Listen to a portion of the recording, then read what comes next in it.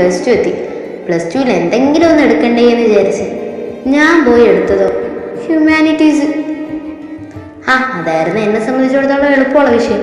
അല്ലെങ്കിൽ ആരെങ്കിലും science commerce പോയി പഠിക്കുകയോ എന്നെ കൊണ്ട് സാധിക്കില്ല. അതുകൊണ്ട് ഞാൻ ആ ഭാഗത്തോട്ട് പോലും പോയില്ല. അത് കഴിഞ്ഞ് അതൊക്കെ ഒന്ന് കഴിഞ്ഞല്ലോടാന്ന് വിചാരിച്ചു ഇതാ ഡിഗ്രിക്ക് എന്തെങ്കിലും ഒന്ന് എടുക്കണ്ടേ എന്ന് വിചാരിച്ച് അതിനും എടുത്തു. ഞാൻ +2ലെടുത്ത് പഠിച്ചത് ഡിഗ്രിക്കെടുത്ത് സബ്ജക്റ്റും തമ്മിൽ യാതൊരുവിധ ബന്ധവുമില്ല എന്നതായിരുന്നു സത്യം. അതേതാണ് വിഷയം എന്നൊന്നും ഞാനിപ്പോൾ പറയുന്നില്ല. ആ എടുത്ത 2 തീരുമാനം പ്രത്യേകിച്ച് ഗുണമൊന്നും എനിക്കുണ്ടാക്കില്ല എന്നുള്ളതാണ് സത്യം. കാരണം ഞാൻ ഡിഗ്രി എടുത്തത് വെറുതെ ആയിരുന്നു. സപ്ലി കിട്ടി ലാസ്റ്റ് ഞാൻ അവിടെ നിർത്തി. ഇനി സപ്ലിക്കാൻ വയ്യ. ചെറിയ വല്ലതും പഠിച്ചാൽ മതിയായിരുന്നു. അതിനെങ്ങനെ അത് ഞാൻ കേൾക്കൂല. വീട്ടിലൊരു സാധനം മേടിക്കാൻ പോയാൽ ഞാനിവിടെ മണ്ടത്തിൽ ഒപ്പിച്ചിട്ടേ വരുള്ളൂ. അതിപ്പോൾ സാധനമല്ല, എവിടെ പോയാലും എൻ്റെ ഭഗവര അബദ്ധം അവിടെ ഫ്രീ ആയിട്ടുണ്ടാവും. ലാസ്റ്റ് വീട്ടുകാരെന്നെ ഒറ്റയ്ക്ക് ഇവിടെ അങ്ങ് നിർത്തി. കൂടെ നെല്ല് പോലെ ഒരുത്തി ഉണ്ടെന്ന് ഞാൻ പറഞ്ഞല്ലോ, അവളും കൂടെ വരാമെന്ന്. അബദ്ധം പ്ലസ് അബദ്ധം എന്താ ഉണ്ടാവാന്ന് അറിഞ്ഞൂടെ. അവളെയും കൂട്ടി ഇറങ്ങിയ നേരത്തെ ഞാൻ കരുതും ഇറങ്ങേണ്ടിയിരുന്നില്ല. പക്ഷെ പറഞ്ഞിട്ടെന്താ കാര്യം? ഞാനുള്ളപ്പോൾ ഉള്ളതിനേക്കാൾ അബദ്ധമായിരുന്നു അവളെയും കൂട്ടി പോയപ്പോൾ. പിന്നെ ഒക്കെ സഹിക്കുക തന്നെ. ഡിഗ്രി പോയപ്പോൾ ഞാൻ കരുതി പിന്നെ എന്തെങ്കിലും ഒരു പണി വേണമല്ലോ. വീട്ടുകാരാണെങ്കിൽ സമാധാനം തരുന്നുമില്ല. നീയല്ലേ എല്ലാം ഒപ്പിച്ചു വെച്ചത്, എന്നാ നീ തന്നെ ആക്കിക്കോ എന്ന് പറയുന്നു. വേറെ എന്തെങ്കിലും നമുക്ക് പിന്നെ പറയാനുണ്ടാവോ? കഴിഞ്ഞു, നമ്മുടെ വായോടെ അടഞ്ഞു. അതെപ്പോഴും ഇങ്ങനെയാണല്ലോ. ആമ്പിള്ളേരുടെ അവസ്ഥ ആമ്പിള്ളേർക്ക് മാത്രമാണല്ലോ അറിയാൻ പാടുള്ളൂ. വീട്ടിലെനിക്ക് എന്തിനും ഏതിനും കൂട്ടായിട്ട് എന്നെ സപ്പോർട്ട് ചെയ്യുന്ന ഒരാളുണ്ട്, എൻ്റെ അനിയത്തി തന്നെ. ഇടയ്ക്കൊക്കെ ചെറുതായിട്ട് അടിയൊക്കെ കൂടുമെങ്കിലും എന്നെ ഭയങ്കര കാര്യമാണ്. ആ കാര്യം പോലെ തന്നെ എനിക്ക് പണിയും തരാറുണ്ട് കേട്ടോ. പിന്നെ ആള് ഹോസ്റ്റലിൽ പോയപ്പോഴാണ് എനിക്ക് കുറച്ച് സമാധാനമായി. അപ്പൊ വീട്ടുകാരുടെ തൊള്ളത് വേറെ. അങ്ങനെ ഞാനൊന്നും നോക്കില്ല. ഒരു ഓട്ടോറിക്ഷ ഓടിക്കാമെന്ന് പറഞ്ഞ് ഓട്ടോറിക്ഷയ്ക്ക് അങ്ങനെ മേടിച്ചു. അല്ല പിന്നെ നമ്മളെ കൊണ്ട് പറ്റില്ലെന്ന് അവരുടെ വിചാരം. വലിയ കാര്യത്തിന് ഓട്ടോറിക്ഷയുടെ മണ്ണിലൊക്കെ ചാടി കയറി പറത്തിയൊക്കെ ഓട്ടോ ഓടിക്കാൻ തുടങ്ങി. പക്ഷെ എന്ത് ചെയ്യാനാ, അതും വലുതായിട്ട് മുന്നോട്ട് പോയില്ല. അതിൻ്റെ ഇടയ്ക്ക് ചെറിയൊരു ആക്സിഡന്റ് എൻ്റെ കാര്യത്തിൽ അവിടെയും തീരുമാനമായി. അപ്പോഴേ വീട്ടുകാർ പറഞ്ഞതാ ഇതൊന്നും നിനക്ക് നടക്കണ പരിപാടിയല്ല. കേട്ടില്ല ഞാൻ, അല്ലെങ്കിൽ അതൊന്നും ഞാൻ കേൾക്കാറേയില്ല. അടുത്ത പണി കിട്ടി സൈഡായപ്പം ഞാൻ മൊത്തത്തിൽ അങ്ങോട്ട് സൈഡായി എന്നുള്ളതാണ് സത്യം.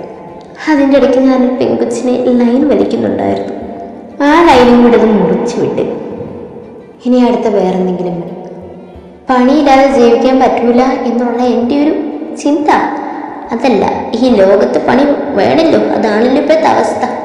ഗൾഫിൽ പോകാന്നൊക്കെ പറഞ്ഞ അച്ഛനെയും അമ്മേനെയും നാടും വിട്ട് ഗൾഫിൽ പോകാനൊന്നും എന്നെ കൊണ്ട് കഴിയേല.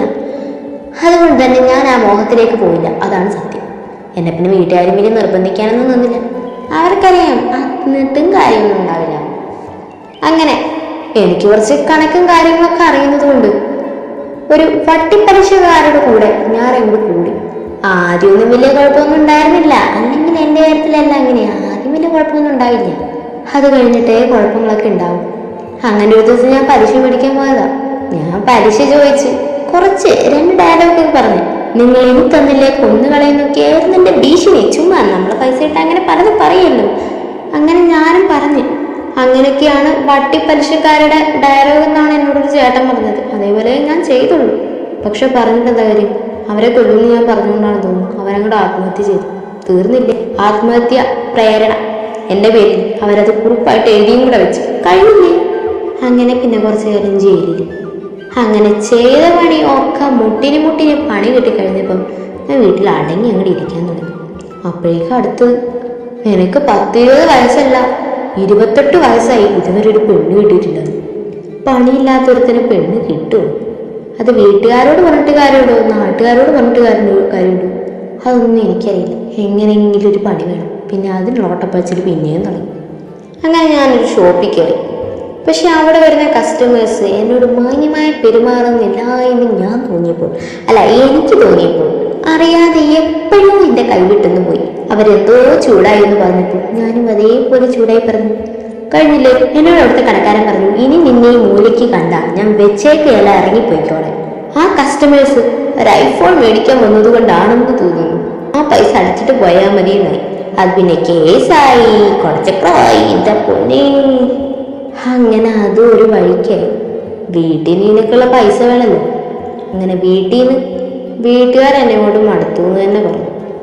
പിന്നെ ഒന്നും നോക്കണ്ട, ഇനി ഒരൊറ്റ പരിപാടിയുള്ളൂ, ടാക്സി ഓടിക്കുക. അതെനിക്ക് സ്വന്തമായിട്ടൊരു കട. പക്ഷേ ഈ സ്വന്തമായിട്ട് കട എന്ന് പറയുമ്പോൾ എനിക്കിങ്ങനെ ഓടിപ്പഞ്ഞ് നടക്കാനാണ് ഇഷ്ടം. ഒരു തിരുന്നെന്ന പണിയും എനിക്കങ്ങനെ ശരിയാകില്ല, എന്ത് ചെയ്യാനാണ്. അതുകൊണ്ട് ഞാൻ ടാക്സി എന്നുള്ള കാര്യം ഏറ്റെടുത്തു. പക്ഷെ എൻ്റെ വിചാരങ്ങളെ എവിടെയും തെറ്റിച്ചു. അതും ആദ്യമൊക്കെ കുഴപ്പമില്ലാതായിരുന്നു പോയിക്കൊണ്ടിരുന്നത്. അങ്ങനെ ഒരു പ്രാവശ്യം അമ്മച്ചി എൻ്റെ വണ്ടിയിൽ കയറി. ഞാനിങ്ങനെ സുഖമായി പോയിക്കൊണ്ടിരിക്കുമ്പോൾ അറിയാതെ വഴിയിലൊരു, കേരളത്തിലെ റോഡുകളുടെ അവസ്ഥ അറിയാലോ, മൊത്തം കൊണ്ടുകൂടിയാണ്. പിന്നെ പറയണം, അറിയാതെ ഞാൻ എൻ്റെ മണ്ടയ്ക്കൂടെ ഒന്ന് കയറ്റിക്കൊണ്ടുപോയി. അതേ എനിക്ക് ഓർമ്മയുള്ളൂ. പുറകിലുണ്ടായിരുന്നു ചേച്ചി, ഇത് എത്തി മുന്നിൽ. അത് കഴിഞ്ഞ് പിന്നെ ഞാൻ കാണുന്നത് പോലീസ് സ്റ്റേഷനാണ്. ആ ചേച്ചിനെ ഞാൻ കയറി പിടിക്കാൻ നോക്കിയത്ര, അവിടെയും നല്ല പണിയായി. പിന്നെ അതിൻ്റെ കേസ് കോടതി, അതിൻ്റെ പുറകെയും പോയി. അങ്ങനെ പൊട്ടിക്കാനുള്ള പൈസ പൊട്ടിച്ചങ്ങ് തീർത്തു. ലാസ്റ്റ് വീട്ടുകാർ പറയും, മോനെ നീ ഇനി പണിക്ക് പോണ്ട, അതാണ് വീട്ടുകാർക്ക് സുഖമുള്ള കാര്യം. നീ പോയാ അത് വീട്ടിൽ പിന്നെയും കടം കയറ്റിയാൽ മാത്രമേ ഉള്ളൂ. ഞാനും തലമുടിക്ക് വീട്ടിലങ്ങോട്ട് ഇരിക്കാൻ തീരുമാനിച്ചു, അല്ലാതെ വേറെന്തോ ചെയ്യും. അങ്ങനെ ഇനി വല്ല പെയിന്റ് പണിക്കും പോയാലോ എന്നുള്ള ആലോചനയായിരുന്നു എനിക്ക്. അങ്ങനെ വീട്ടുകാരോട് പറയാതെ ഒരു ദിവസം ഞാൻ പെയിന്റ് പണിക്ക് പോയി. ഞാൻ പറഞ്ഞല്ലോ, എല്ലാം ആദ്യം എനിക്ക് കുഴപ്പമുണ്ടാക്കില്ല. അങ്ങനെ പെയിന്റ് പണിക്ക് പോയിട്ടിത് ഒരു ദിവസം ഞാൻ എണീക്കേറി നിന്നാണ്. അതങ്ങോട്ട് തെന്നി എൻ്റെ മുട്ട് പിടിച്ചാൽ താഴെ. അതിൻ്റെ കാര്യത്തിൽ അപ്പം തന്നെ തീരുമാനം. പിന്നെ മുട്ടുപോലൊരു ഓപ്പറേഷൻ ആന ചെയ്യുന്ന അഹാസി. എനിക്ക് ഓർമ്മയില്ല പിന്നെ എന്നതായിരുന്നു. വീട്ടിൽ നിന്ന് തെറിയാണോ കുന്തിരിയാണോ ആവോ, ചെവി പൊട്ടണ എന്തൊക്കെയോ വീട്ടുകാരെ വിളിച്ചിട്ട് അറിഞ്ഞു പോകണം. പിന്നെ അനിയത്തി ഹോസ്റ്റലിൽ നിന്നാണ് എന്നെ നോക്കിയത്. കാരണം അച്ഛനമ്മ എന്നെ തിരിഞ്ഞു നോക്കില്ല എന്ന് ഉറപ്പിച്ചു പറഞ്ഞു. പണിക്ക് പോകണ്ടെന്ന് പറഞ്ഞാൽ വീട്ടിൽ ഇരുന്നാൽ പോരെ, അതാണ് എനിക്ക് പറ്റിയത്. പിന്നെയും വീട്ടുകാരെ സഹായിക്കണമെന്നുള്ള ഓരോരോ രീതി, അതും കൂടെ കഴിഞ്ഞിട്ട് അങ്ങനെ എനിക്ക് പ്രായം 30 ആയില്ല, ആകാൻ ഇനി അധികം ദിവസങ്ങളില്ല എന്നായി വീട്ടുകാർക്ക്. പിന്നെ നോക്കാൻ പെണ്ണാലോചന വന്നു. ഒരു പെണ്ണാലോചന അങ്ങോട്ട് ശരിയാവണില്ല. ഒന്നെങ്കിൽ ഞാൻ വല്ല കുഴപ്പം പറയുമ്പോൾ തന്നെ വീട്ടുകാരുടെ വഴി നല്ല കേൾക്കുകയും ചെയ്യും. അങ്ങനെ ലാസ്റ്റ് ഞാൻ വിചാരിച്ചു, ഞാൻ എന്ത് നോക്കിയാലും അബദ്ധവും പ്രശ്നമൊക്കെയാണ്, എന്നാൽ ഇനി വീട്ടുകാർ നോക്കട്ടെ. അതാണല്ലോ അതിൻ്റെ ഒരു ഇത്. ഇനി എന്തെങ്കിലും പ്രശ്നം വന്നാൽ നമുക്ക് വീട്ടുകാരുടെ തലയിട്ടങ്ങ് രക്ഷപ്പെടാം, ഞാൻ അത്രയും വിചാരിച്ചു. അതിൻ്റെ ഇടയ്ക്കാണ് എൻ്റെ ചങ്കെന്ന് പറയുന്നവളെ നിശ്ചയമൊക്കെ ഉറപ്പിച്ച് വെച്ചിരിക്കുകയായിരുന്നു. പക്ഷെ പറഞ്ഞിട്ട് എന്താ കാര്യം, അവളെ ആ ചെക്കന് വിധിച്ചിട്ടില്ല എന്നാണ് സത്യം. അവളെ സഹിക്കാനുള്ള വലിയ ഭാഗ്യവും വീട്ടുകാർ എൻ്റെ പടലേക്ക് തന്നു. അതെ, വീട്ടുകാർ കുറേ മാസങ്ങളായി ഒരുപാട് കഷ്ടപ്പെട്ടു പോയി കണ്ടുപിടിച്ചത് മറ്റാരെയല്ല, എൻ്റെ ചങ്കിനെ തന്നെയാണ്. എന്നെ അടക്കി ഒതുക്കി ഒരു പണിക്ക് വിടാൻ അവയ്ക്കേ കഴിയുമെന്ന് വീട്ടുകാർ പറഞ്ഞു. അവൾ കുറച്ച് നാൾ നാട്ടിലില്ലാത്തത് കൊണ്ടാണ് ഞാൻ ഇങ്ങനെ ആയിപ്പോയത്. കഴിഞ്ഞില്ല, അവളെ 4 നേരം കുറ്റം പറഞ്ഞുകൊണ്ടിരുന്ന വീട്ടുകാരാണ്. അവൾ കാരണമാണ് ഞാൻ ഇങ്ങനെ ആയിപ്പോയത്. ഇപ്പം അത് തിരിച്ചവർ കണ്ടെത്തി. അവളാണ് പെണ്ണെന്ന് പോലും ഞാൻ ആ കല്യാണ മണ്ഡപത്തിച്ചിരുന്നപ്പോൾ അറിഞ്ഞു. വേലയിരുന്ന പാമ്പിനെ എടുത്ത് കീഴേ വെച്ച അവസ്ഥയായിരുന്നു എനിക്ക്. ഇതിലും വേദന ഞാൻ വല്ല പെണ്ണിനെ വേറെ തപ്പണയായിരുന്നു. അതാകുമ്പോൾ സമാധാനവും സ്വസ്ഥതയെങ്കിലും കിട്ടിയത്. ഇതിപ്പോൾ അതും നോക്കിയിട്ട് കാര്യമില്ല. ആദ്യമൊന്നും അമ്പലത്തിൻ്റെ പടി ചവിട്ടാത്ത ഞാൻ, അല്ലെങ്കിൽ അതൊക്കെ അങ്ങനെയാണല്ലോ, പ്രശ്നങ്ങൾ വരുമ്പോഴാണല്ലോ നമുക്ക് ഈ ഭക്തിയോടൊക്കെ കൂടുതലൊരു താപം. അങ്ങനെ പ്രശ്നങ്ങൾ എൻ്റെ ജീവിതത്തിൽ മുട്ടിന് വന്നതുകൊണ്ട് തന്നെ ഞാൻ ഭക്തി അങ്ങോട്ട് സ്വീകരിച്ചു. പിന്നെ കുറേ കാലം ഭക്തിക്കാലം ആയിരുന്നു. ഭക്തി കഴിഞ്ഞപ്പോഴേക്കും ഒരു കല്യാണവും കൂടെ കഴിഞ്ഞു. ഞാനും ആ ചങ്കുമുള്ള കല്യാണം അതങ്ങോട്ട് കഴിഞ്ഞു. ഇങ്ങോട്ട് വടി എന്ന് പറഞ്ഞാൽ നീ ഓട എന്ന് പറയുന്ന സാധനത്തെയാണ് ഞാൻ കിട്ടിയത്. പറയണോ, നാട്ടിലിറങ്ങിയ അടിയാണെങ്കിൽ ഒരു വീട്ടിലൊരു റൂമിലുള്ള ഞങ്ങളുടെ അവസ്ഥ പിന്നെ പറയണം. കഴിഞ്ഞേ വീട്ടുകാരത് എനിക്ക് മനഃപൂർവ്വമാക്കി തന്നതാണോ എന്ന് പോലും എനിക്കിപ്പോൾ സംശയമില്ല. എന്തായാലും ഇനി അത് സംശയിച്ചിട്ട് കാര്യമില്ല. കാരണം അവൾ കെട്ടി ഇപ്പം എൻ്റെ കൊച്ചിൻ്റെ അമ്മയുമായി.